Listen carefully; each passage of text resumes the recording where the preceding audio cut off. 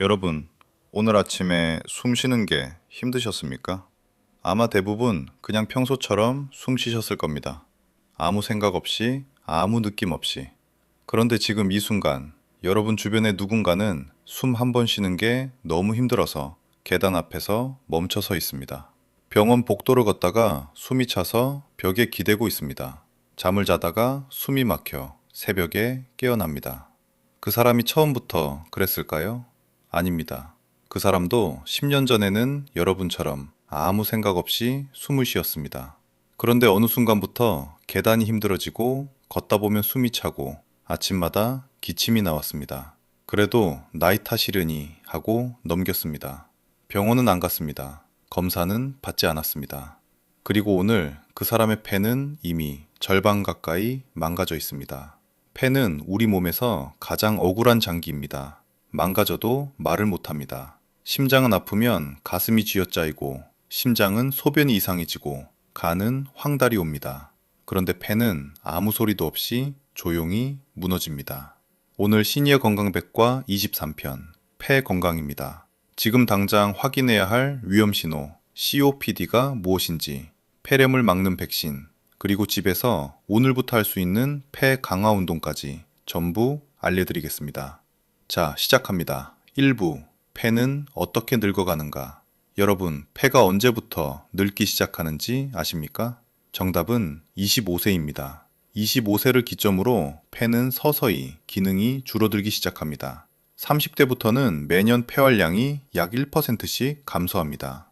겨우 1%라고 생각하실 수 있지만 30년이 지나면 30%가 줄어드는 겁니다. 70세가 되면 20대 때와 비교해 폐활량이 최대 절반 수준으로 떨어질 수 있습니다. 그런데 왜 평소에는 숨이 안 찰까요? 폐에는 엄청난 예비 능력이 있기 때문입니다. 우리가 일상에서 실제로 쓰는 폐 기능은 전체의 20에서 30%에 불과합니다. 나머지 70%는 예비로 남아있는 겁니다. 폐가 조금씩 망가져도 예비 능력이 버텨주는 동안은 아무것도 느끼지 못합니다. 그 예비 능력이 노화와 함께 조용히 사라집니다. 아무 통증 없이, 아무 신호 없이.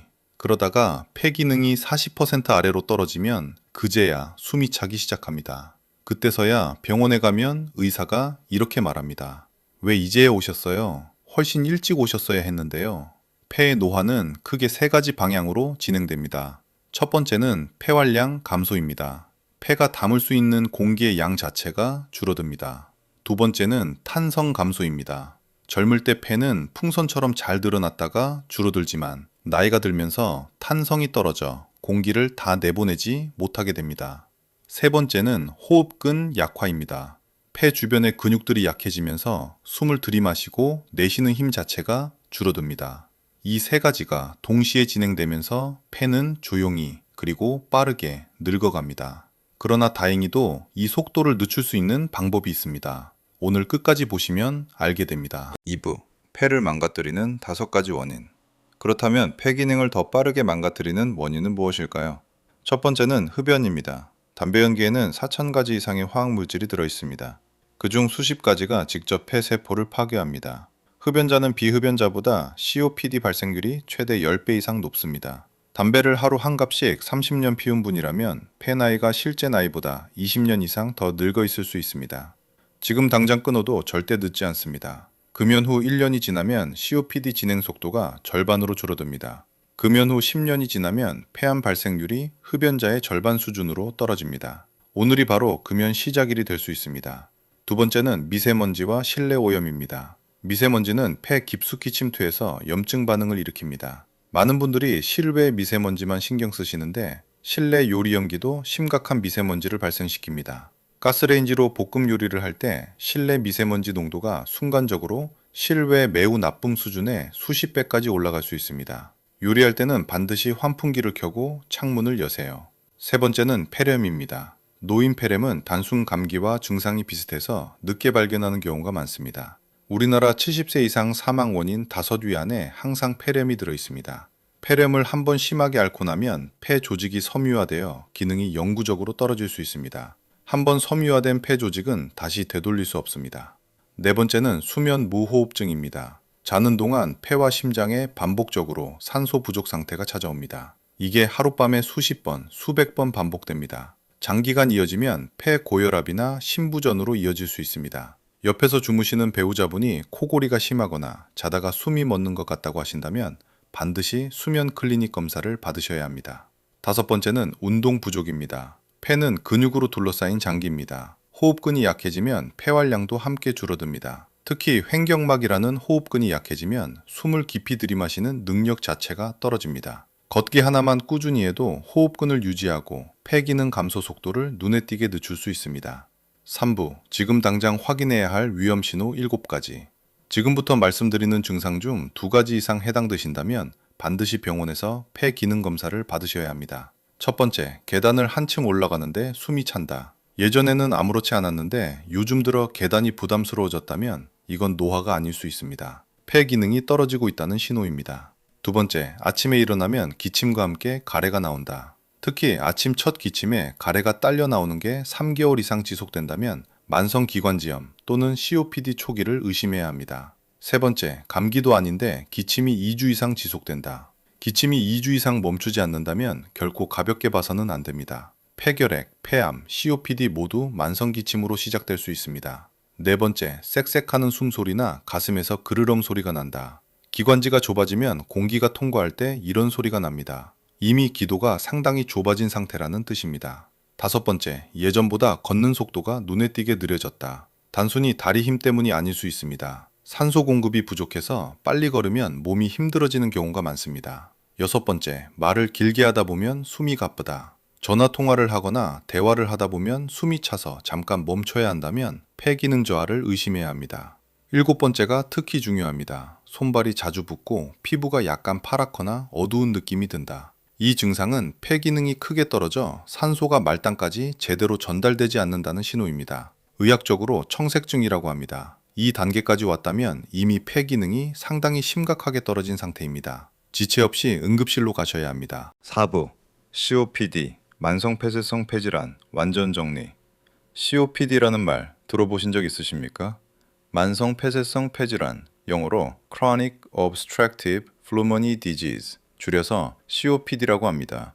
이름이 어렵지만 내용은 간단합니다. 폐가 막혀서 공기가 제대로 드나들지 못하는 병입니다. 폐 속에는 공기가 드나드는 아주 가는 통로들이 있습니다. 기관지가 나뭇가지처럼 갈라지다가 마지막에 포도송이처럼 생긴 폐포라는 작은 공기주머니로 연결됩니다. 이 폐포에서 산소가 혈액으로 들어가고 이산화탄소가 밖으로 나옵니다. 우리 몸의 모든 세포가 살아갈 수 있는 건 이 폐포가 초당 수백만 번씩 가스 교환을 해주기 때문입니다. COPD는 이 기관지와 폐포가 만성염증으로 좁아지고 탄력을 잃으면서 공기가 폐 안에 갇히는 병입니다. 숨을 들이마시는 건 어떻게든 되는데 내쉬는 게 안 됩니다. 폐 안에 묵은 공기가 점점 쌓이면서 가슴이 부풀어 오르고 숨이 더욱 차게 됩니다. 현재 40세 이상 우리나라 성인 12.7%가 COPD를 가지고 있습니다. 40세 이상 10명 중 1명 이상입니다. 그런데 이 중에서 자신이 COPD인 줄 아는 사람은 3%도 안 됩니다. 나머지 97%는 그냥 나이 들어서 숨이 찬다고 생각하고 지냅니다. 병원에 가지 않습니다. 검사를 받지 않습니다. 그러다가 어느 날 갑자기 급성 악화가 찾아옵니다. COPD 급성 악화는 한 번 발생할 때마다 폐 기능이 계단식으로 급격하게 떨어집니다. 그 전으로 돌아갈 수 없습니다. COPD는 완치가 안 됩니다. 그러나 조기에 발견해서 관리하면 진행을 늦추고 삶의 질을 유지할 수 있습니다. 검사 방법은 스파이로메트리라는 폐 기능 검사입니다. 폐활량계에 숨을 세게 불어넣는 5분짜리 간단한 검사입니다. 40세 이상이라면 증상이 없어도 2년에 한 번씩 받는 것을 권장합니다. COPD는 크게 4단계로 나뉩니다. 1단계는 경증으로 별다른 증상이 없습니다. 2단계에서 발견하면 약물 치료와 생활습관 개선만으로도 충분히 관리할 수 있습니다. 2단계는 중등증으로 운동할 때 숨이 찹니다. 3단계는 중증으로 일상생활이 힘들어집니다. 4단계는 최중증으로 산소 치료가 필요합니다. 지금 이 영상을 보고 계신 여러분 중에 1단계나 2단계에 해당하는 분이 분명히 계십니다. 그분들께서 오늘 검사를 결심하신다면 이 영상이 그분의 인생을 바꾼 겁니다. 5부, 폐렴 예방과 백신. 이것만은 꼭 맞으세요. 노인에게 폐렴이 특히 위험한 이유 알고 계십니까? 젊은 사람은 폐렴에 걸리면 고열과 기침이 바로 나타납니다. 몸이 세균과 싸우고 있다는 신호를 강하게 보내는 겁니다. 그런데 노인은 면역 반응 자체가 약해져 있어서 열이 없거나 37도 초반에 미열만 있는 경우가 많습니다. 오히려 열 대신 식욕이 없고 기운이 없고 말이 좀 어눌어지거나 조금 헛소리를 하는 정도로만 나타나기도 합니다. 가족들이 그냥 피곤한가 보다 하고 지나치다가 폐렴이 심해져서 응급실에 실려가는 경우가 정말 많습니다. 노인 폐렴의 70%는 폐렴구균이라는 세균이 원인입니다. 폐렴구균 백신 하나만 맞아도 노인 폐렴 발생률을 최대 50% 이상 줄일 수 있다는 연구 결과가 있습니다. 65세 이상이라면 폐렴구균 백신을 꼭 맞으셔야 합니다. 현재 우리나라에서는 23가 다당질 폐렴구균 백신을 보건소에서 무료로 접종받을 수 있습니다.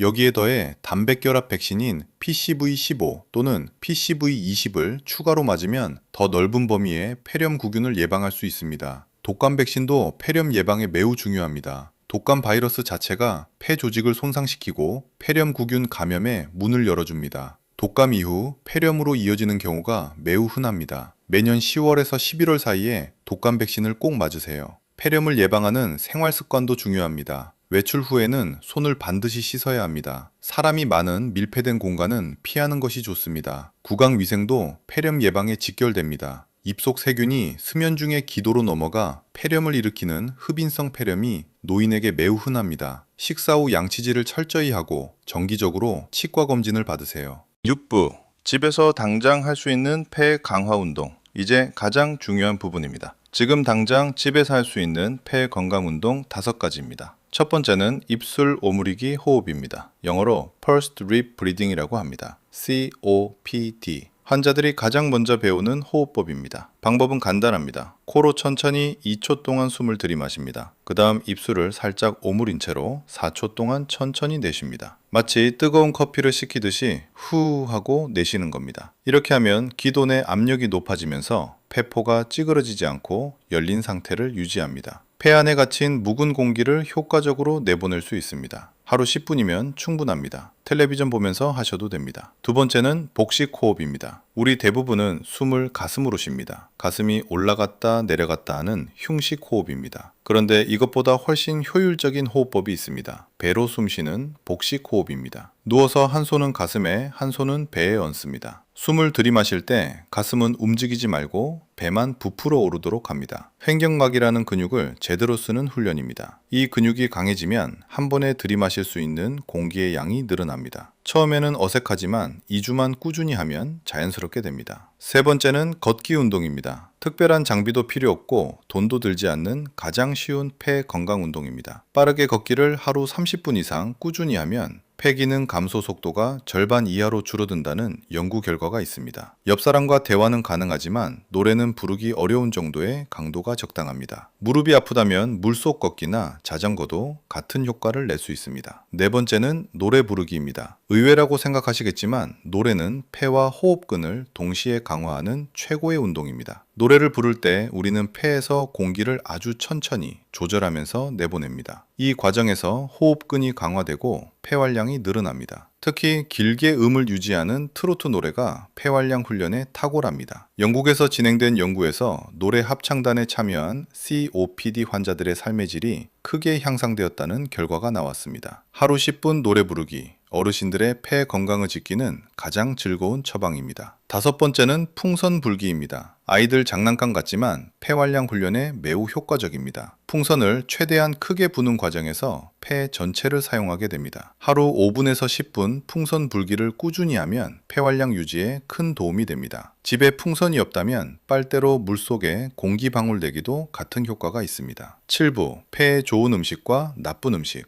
음식으로도 폐를 지킬 수 있다는 거 알고 계셨습니까? 폐에 좋은 음식 5가지를 소개해 드리겠습니다. 첫 번째는 브로콜리입니다. 설포라판이라는 성분이 폐 염증을 억제하고 폐 세포를 보호합니다. 미국 존스 홉킨스 의과대학 연구에서 설포라판이 폐암 세포 성장을 억제한다는 결과가 나왔습니다. 살짝 데쳐서 드시면 됩니다. 너무 오래 익히면 설포라판이 파괴됩니다. 두 번째는 토마토입니다. 라이코펜이라는 성분이 폐 조직의 산화를 막습니다. 토마토를 자주 먹는 사람은 그렇지 않은 사람보다 폐 기능 감소 속도가 느렸습니다. 특히 익혀 먹을 때 라이코펜 흡수율이 더 높아집니다. 세 번째는 고등어 같은 등 푸른 생선입니다. 오메가3 지방산이 기도 염증을 줄입니다. COPD 환자를 대상으로 한 연구에서 오메가3를 꾸준히 섭취한 그룹이 증상 악화 빈도가 낮았습니다. 일주일에 2번 이상 드시는 것을 권장합니다. 네 번째는 오미자입니다. 폐 기능을 보완하는 한방 약재로 수백 년 동안 사용되어 왔습니다. 폐의 진액을 보충하고 기침을 줄이는 효과가 있습니다. 오미자차로 드시면 됩니다. 다섯 번째는 생강입니다. 강력한 항염작용으로 기관지 점막을 보호합니다. 생강에 들어있는 진저롤 성분이 기관지 수축을 억제하는 효과가 있습니다. 생강차 한 잔이 기관지에 큰 도움이 됩니다. 반대로 폐에 나쁜 음식도 있습니다. 소시지, 햄, 베이컨 같은 가공육에 들어있는 아질산염은 기도 염천을 악화시키고 폐암 위험을 높입니다. 인스턴트 식품에 많은 트랜스 지방과 나트륨도 기관지 건강을 해칩니다. 과음도 폐 면역 기능을 떨어뜨립니다. 술을 마신 다음 날 기침이 심해지는 분이 계신다면 폐가 이미 신호를 보내고 있는 겁니다. 8부 폐 건강 생활 습관 오늘 당장 바꾸세요. 지금까지 폐 노화의 원인과 질환을 말씀드렸습니다. 이제 실천할 수 있는 생활 습관으로 정리해 드릴게요. 첫 번째, 환기는 하루 3번 이상 하세요. 아침에 일어났을 때, 요리를 마친 직후, 자기 전. 이 3번만 지켜도 실내 공기질이 크게 달라집니다. 창문을 5분에서 10분만 열어도 충분합니다. 두 번째, 요리할 때 반드시 환풍기를 켜세요. 볶음 요리나 구이 요리를 할 때 환풍기를 켜지 않으면 실내 미세먼지가 급격히 올라갑니다. 환풍기와 창문을 동시에 열어서 교차 환기를 해주세요. 세 번째, 가습기를 사용하세요. 건조한 공기는 기관지 점막을 마르게 해서 세균과 바이러스에 취약해집니다. 실내 습도를 50에서 60%로 유지하면 기관지 건강에 큰 도움이 됩니다. 네 번째, 미세먼지 나쁜 날에는 마스크를 착용하세요. 폐에 들어오는 오염물질의 양을 줄이는 가장 간단한 방법입니다. 다섯 번째, 물을 충분히 드세요. 하루 6잔에서 8잔의 물을 드시면 기관지 점막이 촉촉하게 유지되어 가래 배출이 쉬워집니다. 가래가 잘 배출되어야 기관지 염증이 줄어듭니다. 여섯 번째, 1시간에 한 번씩 스트레칭을 하세요. 오래 앉아 계시면 호흡이 얕아집니다. 팔을 크게 벌리고 깊게 숨을 들이마시는 동작만 해도 폐에 신선한 공기를 공급할 수 있습니다. 일곱 번째, 기침이 2주 이상 지속된다면 반드시 병원을 방문하세요. 기침은 폐가 보내는 가장 중요한 신호입니다. 이 신호를 무시하지 마세요. 2주 이상 지속되는 기침은 결핵, 폐암, COPD 모두의 초기 증상일 수 있습니다. 9부 폐 건강 자가점검 체크리스트. 지금 바로 확인해 보세요. 아래 항목 중 해당되는 것의 개수를 세어보세요. 하나, 계단 한층 오르는데 숨이 찬다. 둘, 아침마다 가래 기침이 있다. 셋, 감기도 아닌데 기침이 2주 이상 간다.